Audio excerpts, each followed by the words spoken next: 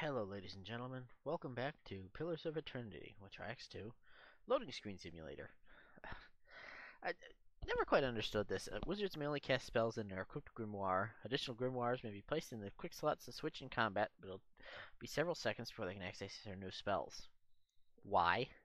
I mean, I understand that it's a balance thing, but why would you want to switch grimoires? I mean, just here, plug in. Oh, plug in the ones that you need. And voila, there you go. We've been here and killed some things, apparently, and missed some loot. But we're here in Heritage Hill. Heritage Hill in Defiance Bay, because this is where the Leaden Key's new tower is, or Tower of Evil is. We met Lady Webb, who runs the local Scotland Yard equivalent, the name of which I can absolutely not remember. And she asked us to share her information, and she'd share whatever information she'd had on the Leaden Key, and apparently now we can get into this tower. So, let's step inside. The massive stone door is sealed, and there doesn't appear to be any way of opening it. Speak the words you learned from the Leaden Key Acolyte. You hear... Sorry, bumped the mic there. You hear rumbles and clanks from hidden tumblers as the door unlocks. Huzzah. 77,000 fans. Awesome. I love the fact that I'm playing this immediately after having played New Vegas, and the fact that, while I wouldn't say this equals New Vegas, simply because it's a brand new world, it's still pretty close. Oh, hello. Oh, zombies. Whoa, okay. Why is everything so loud? Hang on.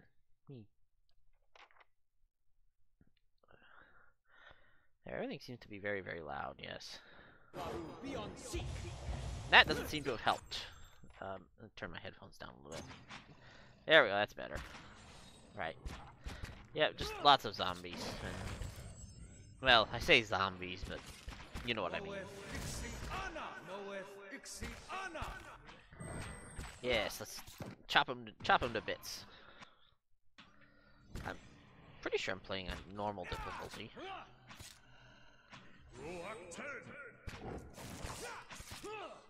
I like the fact that each map gets the rest and bonus as well. Do you and you want to go and help?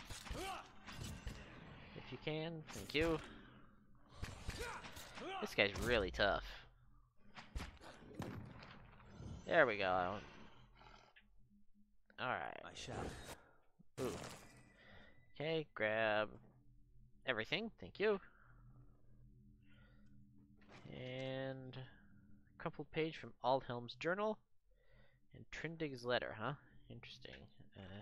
That's not what I wanted. I need inventory. Thank you. Right. Journal first. Day 7. A week of study, and we're still none the wiser about this device. Trindig remains optimistic. I don't know what I'd do without his spirit. Trindig's letter. Dearest Mother and Father, you will be pleased to learn that I've learned much already since coming to the city. There are many incredible ruins nearby, and Master Greg has allowed me to accompany him on a number of expeditions. I am writing to you from inside an ancient and Gwithan tower. There's an entire district built up around it, but the locals have mostly left the tower untouched. They have let us set up temporary living quarters here, so our work can continue uninterrupted. It is an unsettling place at times, but Master Greg has been a constant comfort, and he's quick to remind me that the things we learned from this tower may one day help us find a cure for Widewood's legacy. I'd better get some rest now. Mr. Greg likes to get an early start to the day. All my love, Trindig. Well then, what was this? Queen that was and still is. Oh, this is the Wodica thing. Alright, fair enough. Excuse me. The mattress is lumpy and smells of old straw, but whoever slept here last made it neatly. Essence shimmers and pulsates within the strange device. Let's try this first. Ooh, Revenant. Mr. Wizard. Gotta give them a good old-fashioned blasting. Boom! There we go. Nothing like a little fire to make your resident zombies die quickly. Wow. Are we on normal difficulty? Oh, we're on easy difficulty? Okay. Yeah, you know what? I'm gonna leave it here. Of course. I'm kind of in this more for the story than the actual ultra extreme hard mode combat. And page from Aldhelm's journal, day 2. We've completed our measurements of the machine, thanks to Trindig's youthful agility. Further examination is required to discover its intended use. Speaking of which, uh, we'll just stash all that. That's not something you can do anything with. Web. Okay, blinding people is not useful at all. Right. I don't know. Perhaps I should be playing on a harder difficulty, but at the same time, like I said, I'm enjoying the story too much to.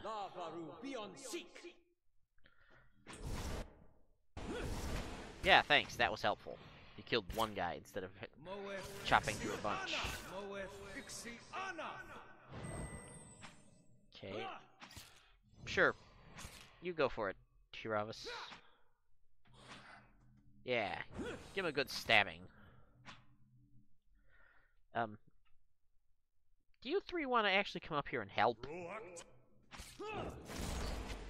Oh, what did you summon? You summoned a phantom, which is about to dissolve. Well, goody. Grab that, thank you.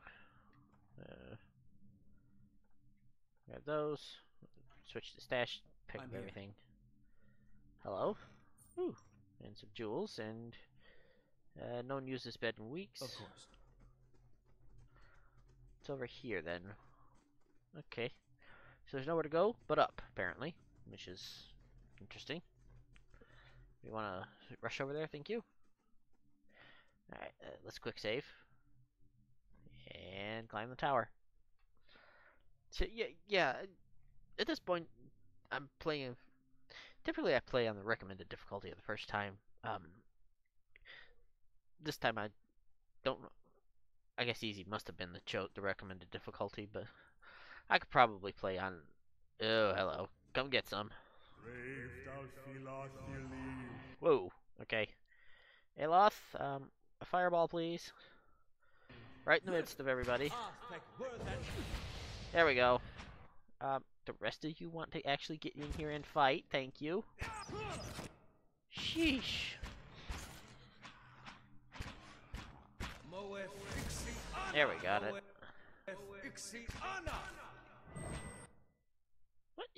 What is Moonwell doing? Hang on. Moonwell. Okay. So it's a defensive enchantment. Fair enough. Right. Now, a potion of mirror damage. The Great Western Stag. So... Okay, it's gods arguing. I'll take it, but I'm not that interested in it. The scroll contains a pen and ink diagram of the Adra device running through the tower. Despite copious measurements and carefully drawn detail, it gives no indication of the machine's purpose. Works of Van Glithen's A Comprehensive Guide. Okay, and pounding energy in the machine feels even stronger up here. Let's go see what else is here to be killed. There we go. There's one of you and a bunch of us, so 7 of us actually, so yeah, that was gonna go well for you. Hello, table. Ooh, Sigil of the Arcane. And I've accidentally dumped something in the stash I didn't necessarily mean to dump in.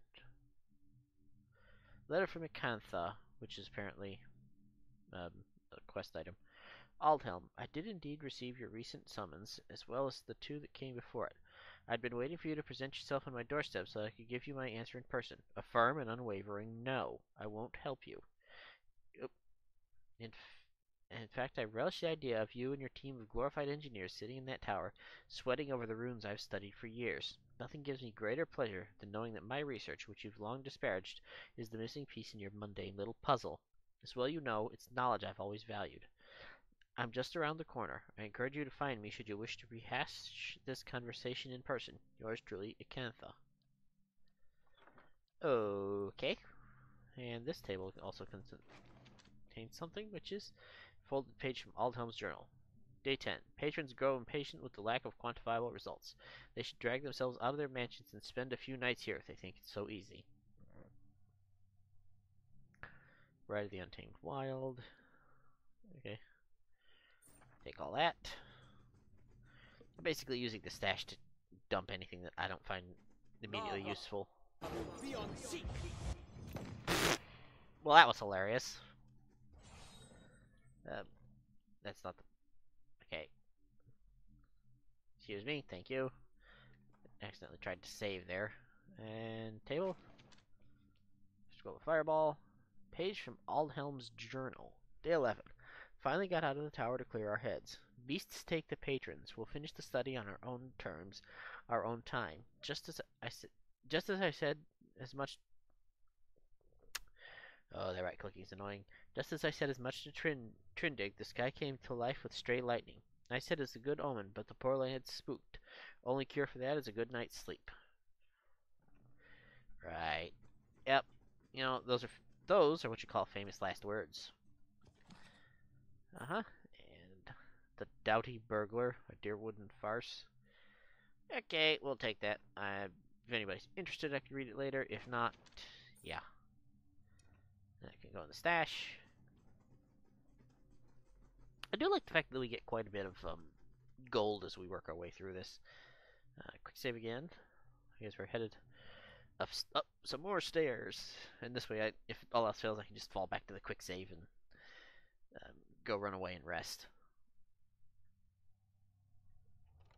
Ooh, get to the top of the tower in Heritage Hill. Find out how the Anguithin machine in Heritage Hill works. Let's try this configuration. Still nothing. Confounded device. It occurs to me that I need to talk to this gentleman. Hello, Aldhelm. A man hunches over the strange mechanism, his spine a sharp ridge rising from his arched back. He's barely clothed in filthy rags, and the patches of skin you see are mottled green. A spoiled stench emanates from him. He's so intent on his work that he doesn't notice you until your shadow falls over him. When he turns and sees you, he snarls and skulls behind the Adra pedestal. Only his bared teeth seem to have escaped decay.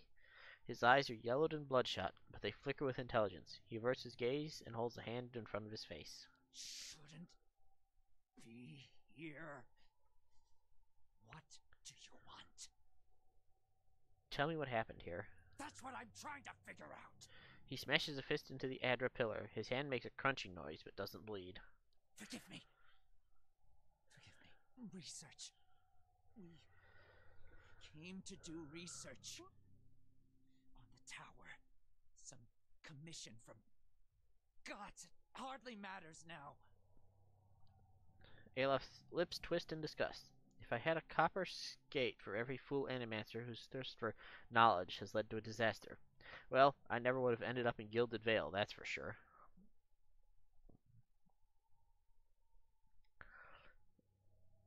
Keep talking, Aldhelm. Something happened on our 11th night. Lights in the sky and a static charge in the air. But we were so careful. We were staying in the chambers below. Trindig, my assistant, said he saw a robed figure lurking around the tower. Wore a mask. Carried knives at his sides. A trick of shadows, I told him. The next morning, we felt strange, like we hadn't eaten in weeks. So dazed that we didn't at first notice the blood around our beds, the strange wounds that had appeared overnight. This top piece is held on by chains, but the chains are slack. That's slightly unnerving. And the machine, this cursed spire, dormant for 2,000 years, lifeless through hundreds of our experiments, and we wake that morning to find it spinning on its own. On its own! How can we stop what we couldn't start? As exciting as the prospect of a living machine may be, I suspect that, given mention of a machine and masked figure both, there is another explanation. Years I've been doing this. Years. I know how these things work, but I don't know how this happened. Nowhere to go. That's the problem. Their souls are trapped here like flies in a jar, clinging to rotting meat. Slow down. What does the machine have to do with souls? No time to slow down. But I can explain. Hold a magnet over iron splinters and they stick. Yes. Rub your hand over weir wool and the hair of your head will follow it. So it is with this machine. Aha! So, it's a soul trap. Got it. It has the power to manipulate souls, but why? For what? And how many others lie buried in the ruins of Erglanfath? No. Focus on this one. It's imprisoned our souls in our bodies. Cut the root between essence and flesh. Left a dwindling soul stuck in a shriveling husk. How can I help? Not your help I need. It's Harridan, shrew. Squanders her research on frivolities, then refuses to make herself useful. Runes. The runes are the last part of the puzzle. Acantha knows them. She gives them to you, and you can turn the machine off. Release our souls. Awesome. Wait, runes? The Ingwithan runes? She can read them? He speaks of his feet so blandly. Let's talk instead to this Harridan, Triax. I'd pick her thoughts a time. She wasn't here the night the machine came on, staying with her patron somewhere near. Too good to be burdened with our ignorant company.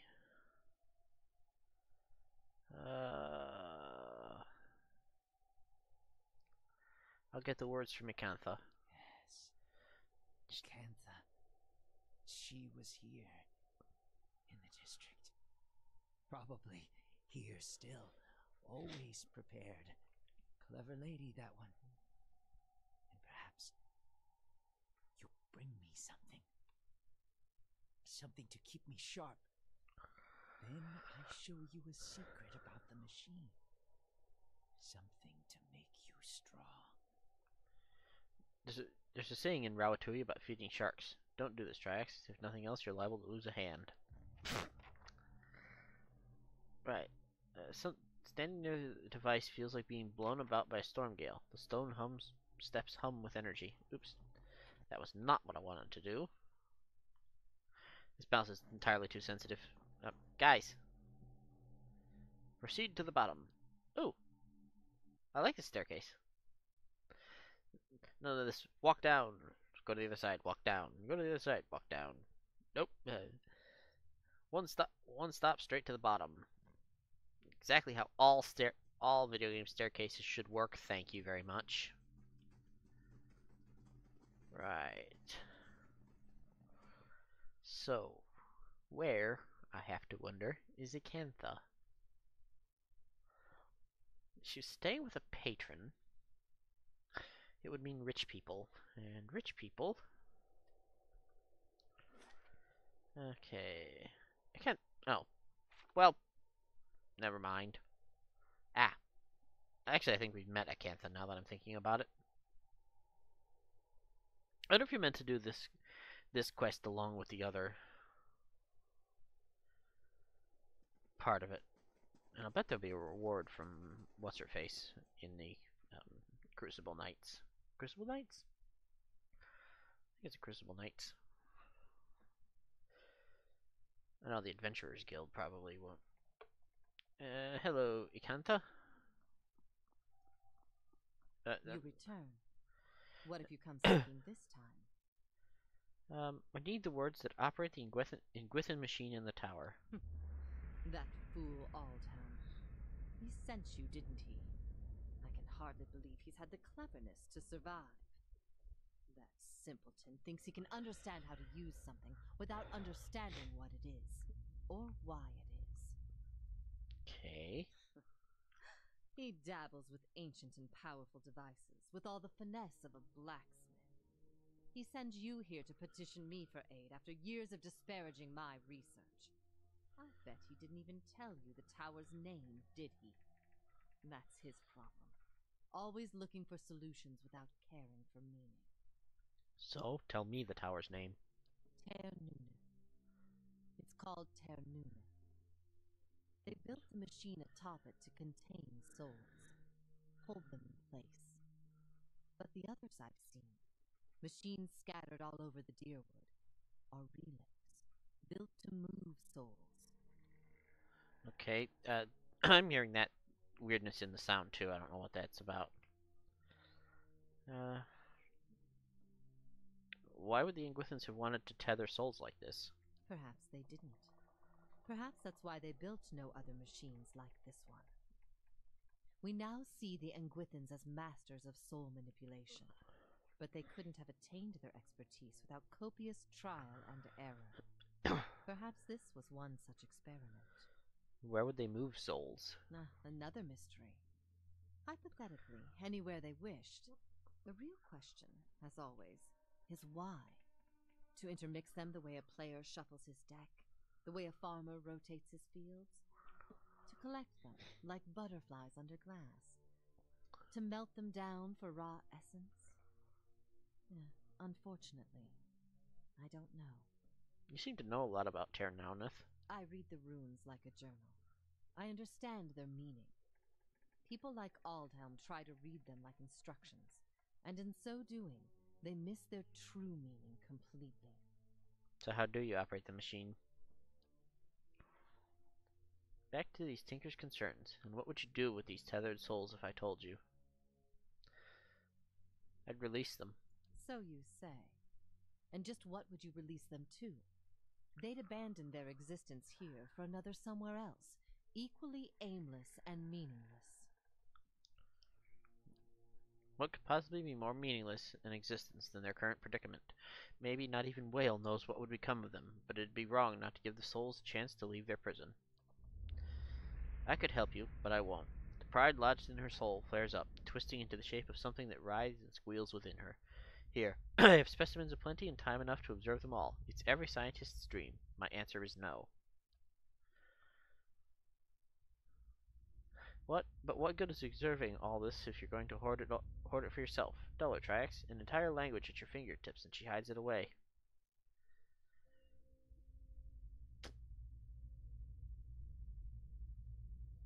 You're dead. You're dead. Why does any of this matter? Because my research will outlive me, and I'll have time and opportunity enough to accomplish more than any animancer in the history of the field. Pride sparks and squalls, and who will know about it? The pride thing flickers as the flames round a debate. All I've learned, years of studying the Ingwishlan language, no one understands it better than me. That counts for something. Your opportunities here are finite. One day that knowledge will die with you. The pride hisses and sputters. It's little more than an ember now. You're wrong, but there's no conviction in her voice. I'll build it forever. I'll cling to it. That will give me something.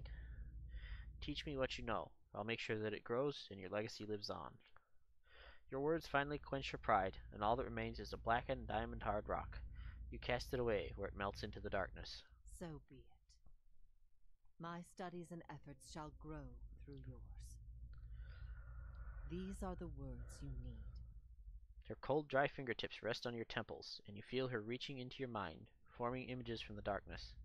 Runes flash through your head, but they're no longer just pictures. They have meaning, and you understand them. They're commands. Something triggers in your mind, a distant memory unearthed from a past life long since buried. You can see a vast array of runes, far more than Yacantha has shown you, and you know their sound and their meaning and how they fit together. The language of Engwith once more at your command.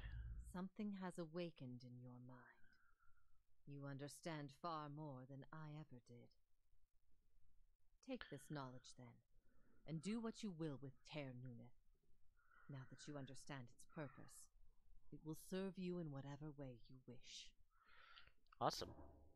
A speaker of dead tongues now, and so he surpasses 100 frustrated scholars in the matter of a few moments. I don't suppose you could look at a few books for me.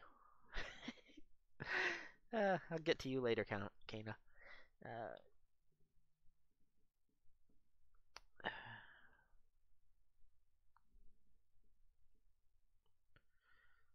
explain how the control words work.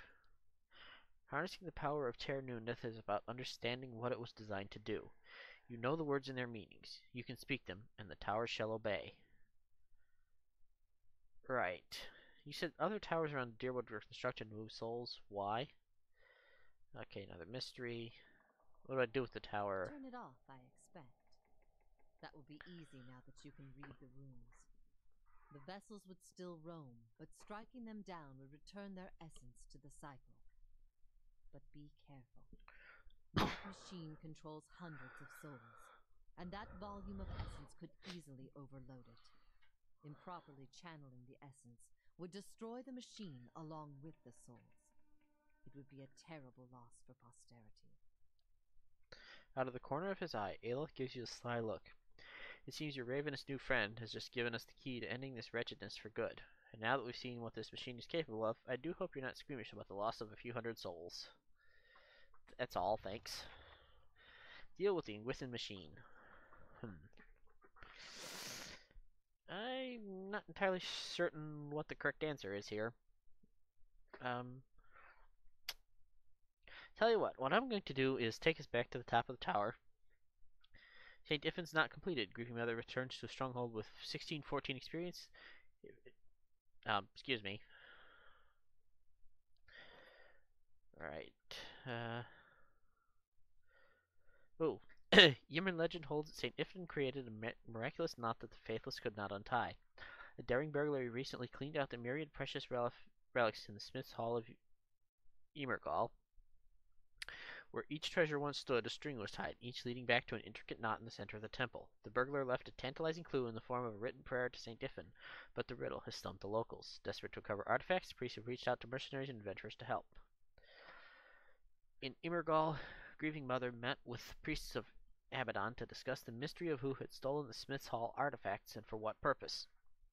During the investigation, a quirky priest of Whale lent the group his bizarre form of help. Answers to the thief's riddles posed as different riddles. After tracking down each stolen artifact through a series of additional clues, Grieving Mother and the priest of Abaddon realized the priest of Whale was the thief. Very pleased with himself, he had no objection to being captured and sent to the Earl of Emer for punishment. When Grieving Mother left the priest of Abaddon, they were still trying to determine the point of the theft. 1614 experience, money, one minor item. Iffin's Cradle. Skeins of magical energy entangle enemies in the area of effect, binding up beneficial effects for the duration. Ah, okay. Well then, that's kind of useful. Send an escort. Are you busy? You're not busy. There you go, have fun. Oops, wrong button. Right. Let's go back to the tower. Post haste. Right. I kind of like those little side quests. The last game I played with quests like that where you could send companions off to do things was Final Fantasy Tactics of all things. And the rewards weren't quite as good. You'd get basic gear most of the time. Actually, as far as I knew, there was no unique gear. No, I think there was. Sometimes you would get samurai swords, and those were useful because proceed to the top. And those were useful because they were they'd break when you used them with your sword ability. Right. So I'm going to save this here, and we will see next time what we can do with the machine. But until then, this has been Pillars of Eternity with Triax 2. I will see you guys next time. Bye.